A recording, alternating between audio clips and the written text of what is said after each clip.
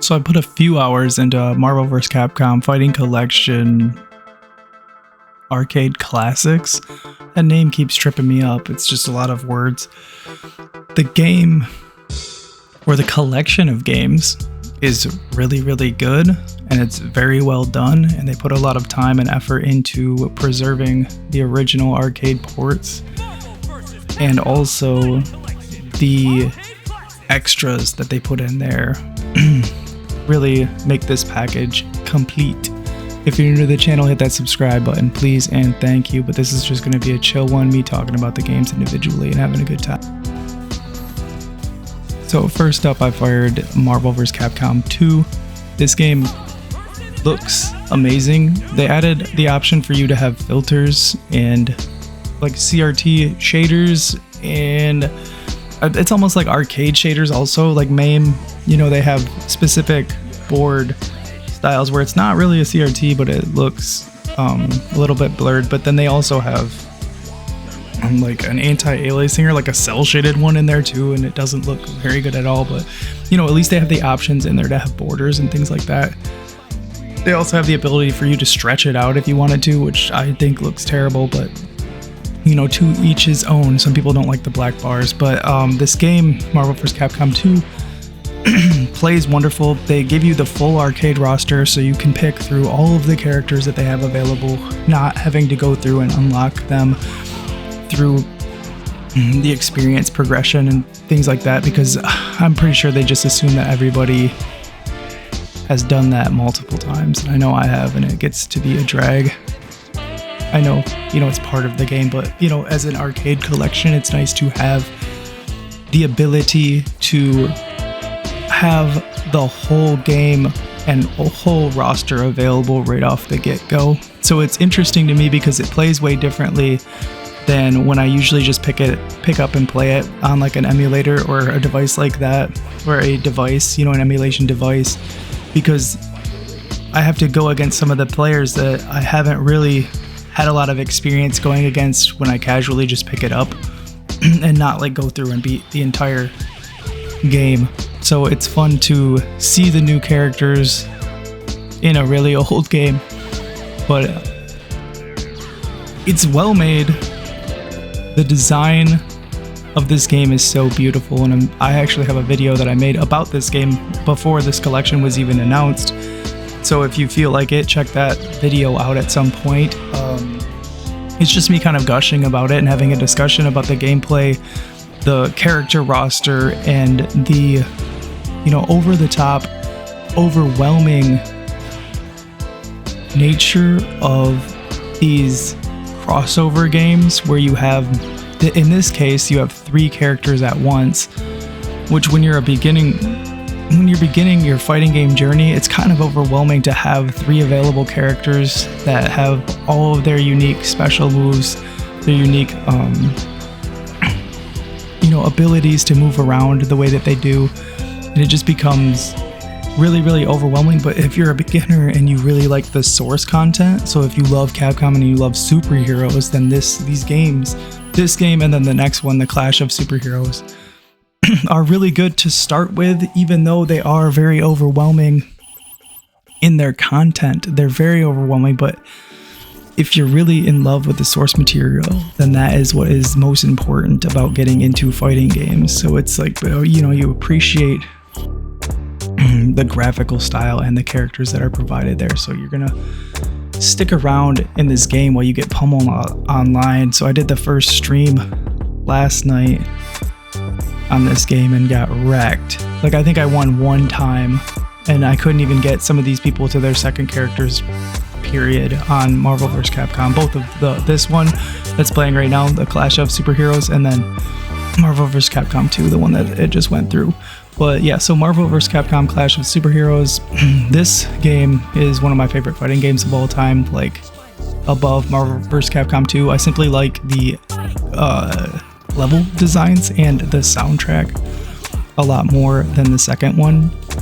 I feel like they took care and attention into these levels because they use like Capcom and Marvel elements to them, and they will be like, this is Dr. Wily's stage right here from Mega Man. So like, it's fun to see them use those backgrounds and use the IPs in their level design, where as comparison, when you look at Marvel vs. Capcom 2, some of the levels you're like, where these are just random places along their journey, you know, of trying to help that lady with her sailboat or whatever.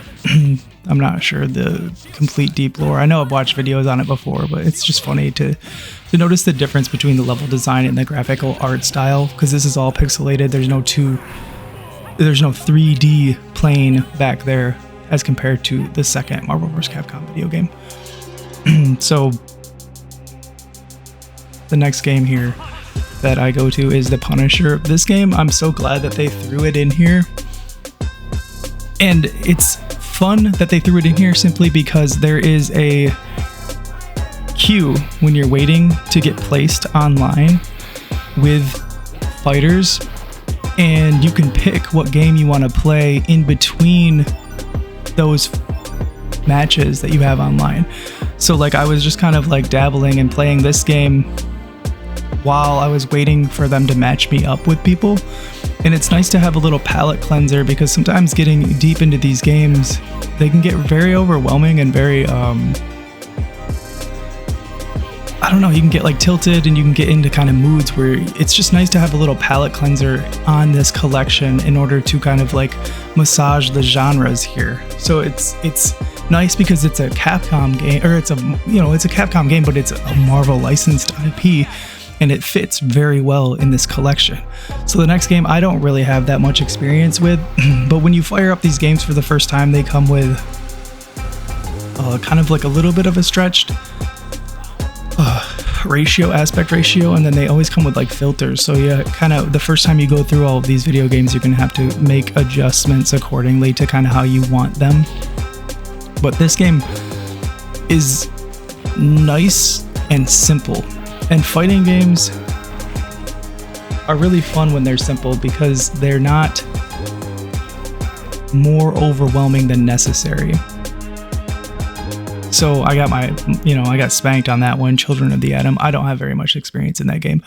Marvel Superheroes, this is the one where that came with the CRT filter, so you can go down and you can adjust, you can change your moves, you can change, or not your moves, but like you can change what your button prompts, your button layouts, and then change the filter and change the aspect ratio in all of these games, and they'll save, on a per game basis, so you can have them set up kind of exactly how you want. I am really impressed with this collection, honestly. I really think that they did an outstanding job of adding artwork and letting they added the keyframing into the front part of it, where they like kind of zoom in on some of the art.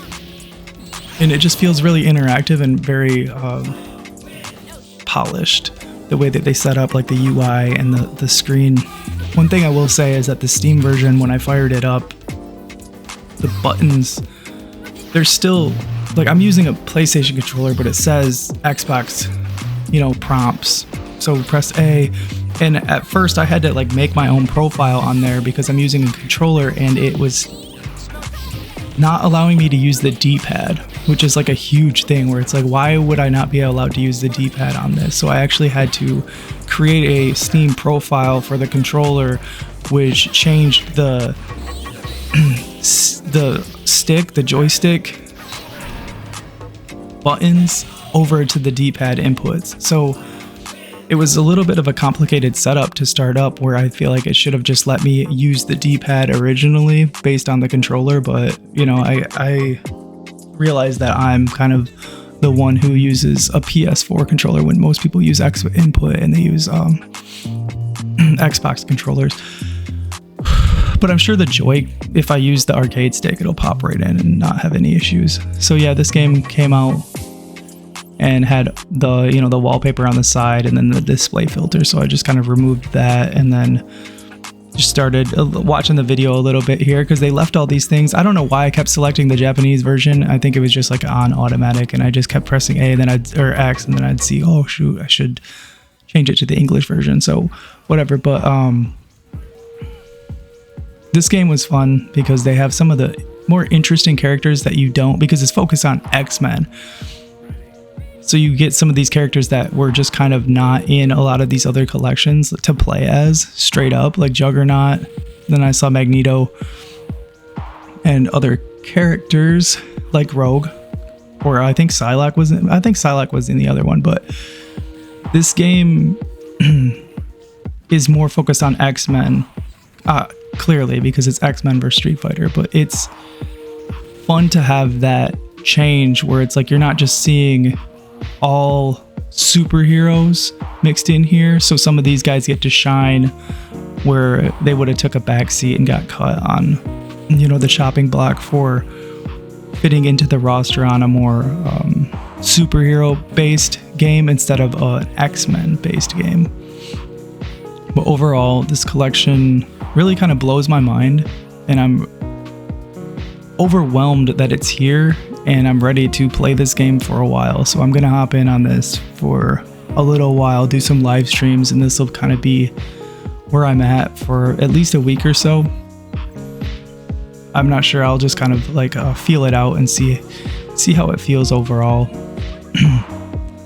So Marvel Superheroes vs. Street Fighter, I fired that one up before, so that one I didn't have to adjust the settings at all. And then to say like the controller settings when you remap them, because originally the light punch and the medium punch and the light kick and the medium kick were swapped. So for me to like call out an assist character, it was actually the opposite buttons than it normally was. But when I switched it in one of the games, it switched it for all of the games. So I didn't have to go through and make like a specific profile for each game. Somehow it just kind of went through the entire game, through the entire like program, the software here. So every time I fire the game up, no matter what game it is, it remembered that that's how I like the control configuration. So I will say that that's quite a nice feature, because sometimes when you're emulating things like on RetroArch and things like that, you have to save it per